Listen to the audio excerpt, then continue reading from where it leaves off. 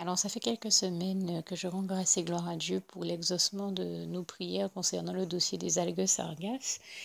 Et je continue à voir que Dieu continue d'agir. Donc, je prends le temps là aussi d'en témoigner, de lui rendre grâce et gloire dans la mesure où hier soir encore, on annonçait au journal de 20 heures que l'on a vu la création d'une brigade verte avec pas moins de 12 contrats aidés afin d'apporter les solutions et évolutions souhaitées dans ce dossier, voir un peu les choses changer. Et je rends grâce et gloire à Dieu, à Jésus, à son Saint-Esprit, puisque c'était bien le sens dans lequel nous avions prié le Seigneur Jésus, à savoir qu'il apporte ses solutions à ce problème des algues sargasses. Et c'est bien ce que nous constatons, que Jésus a exaucé toutes nos bonnes prières. Je tenais ici à l'en remercier et à lui rendre grâce et gloire. Louange, honneur et gloire à toi, éternel mon Dieu, Jésus d'amour, Saint-Esprit. Merci Seigneur. Alors, quand je dis que nous avons prié le Seigneur Jésus afin qu'il apporte ses réponses et ses solutions à cette question et à ce dossier problématique des algues sargasses. Quand je dis que c'est bien ce que nous constatons, en l'occurrence ce que j'ai voulu dire ici, et j'apporte ici juste cette précision justement, c'est que, eh bien, qu'est-ce que nous constatons? Nous constatons que le Seigneur Jésus a bel et bien exaucé nos prières, puisqu'il a agi, puisqu'il a permis la création de cette brigade verte où il y a pas moins de 12 contrats aidés pour la Guadeloupe ici, tout comme j'ai entendu dans un autre journal de 20 heures, mais dans celui de la Martinique ici. Parce que je parlais tout à l'heure du journal de 20 heures, mais je parlais du journal de 20 heures local ici en Guadeloupe, mais j'ai entendu dans un autre journal de 20 heures en Martinique qu'il avait été aussi étudié pas moins de 11 projets, je crois, qui visaient à apporter des réponses et des solutions à cette question des algues sargasses. On voit que le Seigneur Jésus est vraiment à l'œuvre pour nous délivrer de ce problème-là et je lui en rends grâce et gloire, au point qu'il est mis au cœur de diverses personnes, que ce soit en Martinique, ici en Guadeloupe, et même ailleurs, d'apporter des solutions à ce problème, puisque, quand je dis même ailleurs, je me rappelle également qu'une société venant de France ou de Bretagne, je ne sais plus trop précisément d'où, a proposé un bateau adapté au ramassage des algues sargasses notamment.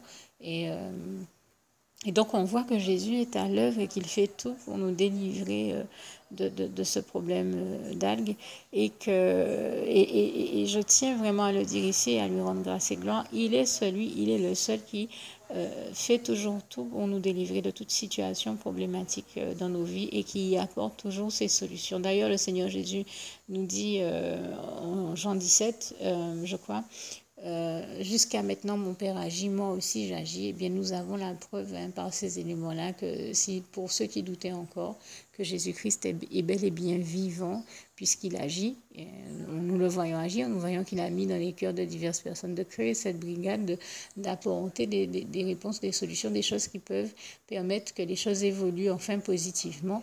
Et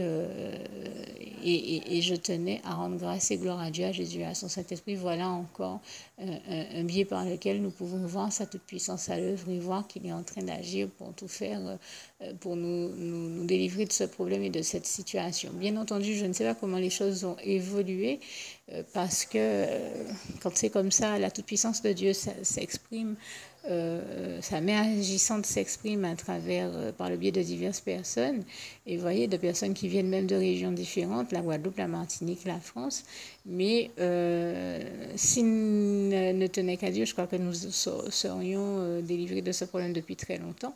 Maintenant, l'être humain a souvent une autre manière de réagir, peut ne pas se rendre compte de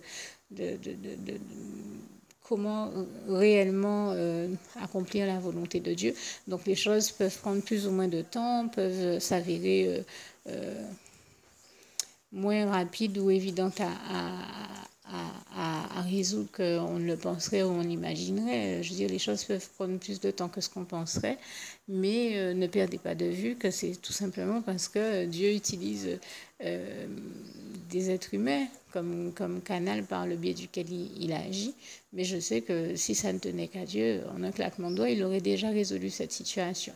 Je veux dire par là qu'on n'impute rien à Dieu dans cette situation pour ce qui pourrait risquer de ne pas fonctionner. Ne perdons pas de vue que ce sont après des hommes qui, derrière, font les choses et que donc nous savons que par définition l'homme est imparfait là où Dieu lui est parfait. Voilà toute la différence entre nous et Dieu, un Dieu qui nous dit d'ailleurs que nos pensées ne sont pas ses pensées, en Ésaïe 55 verset enfin, je sais que c'est un chapitre qui est intéressant à lire depuis le verset 1 jusqu'au verset 9 et même un peu plus loin. Et en l'occurrence, c'est vous dire, un Dieu est lumière, comme il est écrit en 1 Jean 1, verset 5. Nous connaissons la vitesse de la lumière, c'est ce qui va le plus vite. Donc Dieu est celui qui va le plus vite, il est le plus fort, il est le meilleur, il est surtout au contrôle de toutes choses. L'Éternel, notre merveilleux Dieu d'amour, est le seul Dieu vivant, tout-puissant et 3 fois saint. Donc à la vitesse où il va, la vitesse de la lumière, la meilleure et la plus rapide de toutes les vitesses, vous comprenez que, comme je le disais, il y a longtemps qu'en un claquement de doigts, il aurait déjà résolu cette situation. Maintenant, très souvent, on se retrouve dans des situations où, avant qu'un problème soit réglé, il faut que les hommes discutent entre eux, des discussions qui parfois s'avèrent être interminables, sans compter qu'il faut un temps supplémentaire avant qu'on saisisse quelle est la bonne manière de procéder, et quelle est la bonne chose à faire et quelles sont les bonnes choses à faire et comment bien les faire. Donc ça prend des fois bien du temps, peut-être beaucoup plus de temps que certains qui pourraient s'avérer être impatients ne le souhaiteraient, mais ne perdons pas de vue que la patience est un fruit, est une vertu qui nous vient de Dieu et toute la gloire lui en revient. C'est un fruit de l'Esprit Saint, comme il est écrit en Galates 5, verset 20 à 25 à peu près, en tout cas vers le verset 22 notamment. Donc, soyons compréhensifs aussi, sachions être compréhensifs aussi et faire tout ce que nous pouvons pour comprendre que Dieu, même s'il aurait déjà réglé cette situation depuis très longtemps, n'est pas celui à qui on doit imputer et la durée comment dire ça, oui, la durée, le fait que ce problème se prolonge, ce n'est pas quelque chose que l'on puisse imputer à Dieu. C'est pas Dieu qu'on doit incriminer pour tout ce qui ne fonctionne pas, voilà, pour tout ce qui dysfonctionne dans ce dossier, parce que Dieu, si ça ne tenait qu'à lui, il y a très longtemps que ce serait déjà terminé. Je connais mon merveilleux Dieu d'amour et son excellence à résoudre tout problème, et je tenais ici à lui rendre grâce et gloire. Ce que nous devons retenir, c'est que nous voyons en tout cas qu'il agit déjà pour nous bénir, et je crois que c'est ça qui est important à retenir et que c'est très porteur d'espoir. Voilà, en tout cas, je tenais à remercier Dieu sur toutes ces questions et à dire comment nous le voyons agir là encore puissamment, et toute la gloire revient à Dieu, à Jésus, à son Saint-Esprit. Merci Seigneur, je t'aime et nous t'aimons, nous tous tes enfants. Juste une petite précision pour tous ceux qui ne sont pas encore, qui n'ont pas encore choisi la meilleure des options qui soit, qui est celle d'aller se placer, de faire le choix à soi-même, d'aller se placer dans les bras d'amour de Jésus-Christ, pour se mettre à l'abri de ce monde cruel. Eh bien, je partage avec vous la prière par le biais de laquelle on y accède. Et commence par vous rappeler également ce passage de Jean 14 verset 6 où il est écrit que Jésus-Christ est le chemin, la vérité et la vie. Nul ne vient au Père, Dieu, sans passer par le Fils Jésus-Christ, bien sûr. Je le dis à ma manière, vous regarderez comme il est actuellement écrit dans vos Bibles là encore. Et donc, n'hésitez pas à ouvrir vos cœurs à Dieu, à Jésus, à son Saint-Esprit, à être sincère avec lui et à lui adresser la prière qui suit, à lui dire tout simplement: Éternel mon Dieu, Seigneur Jésus-Christ, moi, un tel, vous dites votre nom et votre prénom, je t'accepte aujourd'hui comme mon sauveur personnel, le seul maître et roi de ma vie. Je remets toute ma vie entre tes mains puisqu'elle t'appartient, éternel mon Dieu, puisque tu l'as créée, cette vie. Donc tu en es donc le seul maître et propriétaire comme de tout ce qui existe dans tout l'univers. Je remets donc toute ma vie entre tes mains, je te la donne.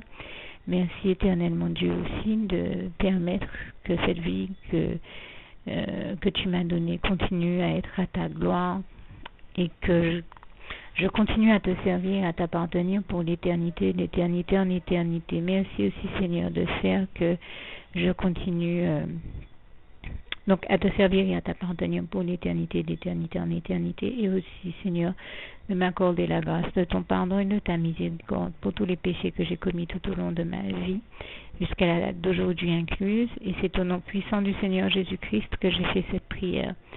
Et à vous tous qui avez fait cette prière, je vous dis que Dieu vous bénisse abondamment, puissamment, richement, et surtout n'hésitez pas à la partager avec tous vos proches et contacts, amis, membres de vos familles, collègues, bien-aimés, tous ceux que vous aimez, et surtout tous ceux à qui Dieu vous mettra à cœur, avec qui Dieu vous mettra à cœur de la partager. Et comme j'aime à le dire, si vous n'avez pas encore pris le temps de faire cette prière, comprenez bien que voilà, ça ne vous coûte rien de la faire, c'est gratuit, c'est indolore, et que voilà, vous n'êtes pas obligé de me croire, mais moi il m'est arrivé tout comme vous de devoir faire cette prière un jour dans ma vie, et quand on m'a proposé de la faire, je me suis dit, et si c'était vrai, et si c'était vraiment Dieu qui, par ce biais-là, m'appelait à lui et me demandait de lui donner ma vie, de l'accepter, c'était Jésus qui était en train de vraiment me tendre la main et qui était en train de me demander de l'accepter comme mon sauveur personnel, je ne pourrais pas passer à côté de l'occasion de lui dire oui, parce qu'il faut aussi que je reste ouvert ou ouverte à ce que Dieu peut avoir à me dire. Il faut que je garde mon cœur et mon intellect ouvert à ce que Dieu peut avoir à me dire. Donc je me suis dit, je ne peux pas courir le risque de passer à côté de mon éternité, de passer à côté des meilleures choses de la vie, surtout si le maître et créateur de la vie m'appelle et cherche à me sauver. Pour être sauvé, il faut bien que je lui dise oui, que je souhaite qu'il me sauve. Oui, Seigneur Jésus-Christ, je t'accepte comme mon sauveur personnel. Et c'est le sens de cette prière. Et comme je dis, elle ne nous coûte rien à faire. Et puis surtout, moi je vous dis, du jour où je l'ai faite, j'ai vu Jésus changer ma vie en mieux sur tous les plans. Et donc je crois que ça ne vous coûtera rien, ça ne vous coûte rien vous non plus de la faire et puis d'expérimenter, de regarder comment les choses vont se dérouler dans votre vie, de regarder Jésus changer votre vie en mieux, à vous aussi. Et voilà, d'en faire l'expérience. Et pour en faire l'expérience, il faut commencer par faire cette prière. Donc si vous ne l'avez pas encore dite, réembobinez tout simplement cette vidéo ou ce document si vous préférez, réécoutez-le et dites avec moi la prière que vous m'avez entendu mentionner. Et n'oubliez surtout jamais que tout est possible à celui qui croit en Dieu, en Jésus-Christ et en son Saint-Esprit, comme il est écrit en Marc 9, verset 23, et que tout est possible à Dieu, comme il est écrit en Marc 10, verset 27. Que Dieu vous bénisse donc et à bientôt.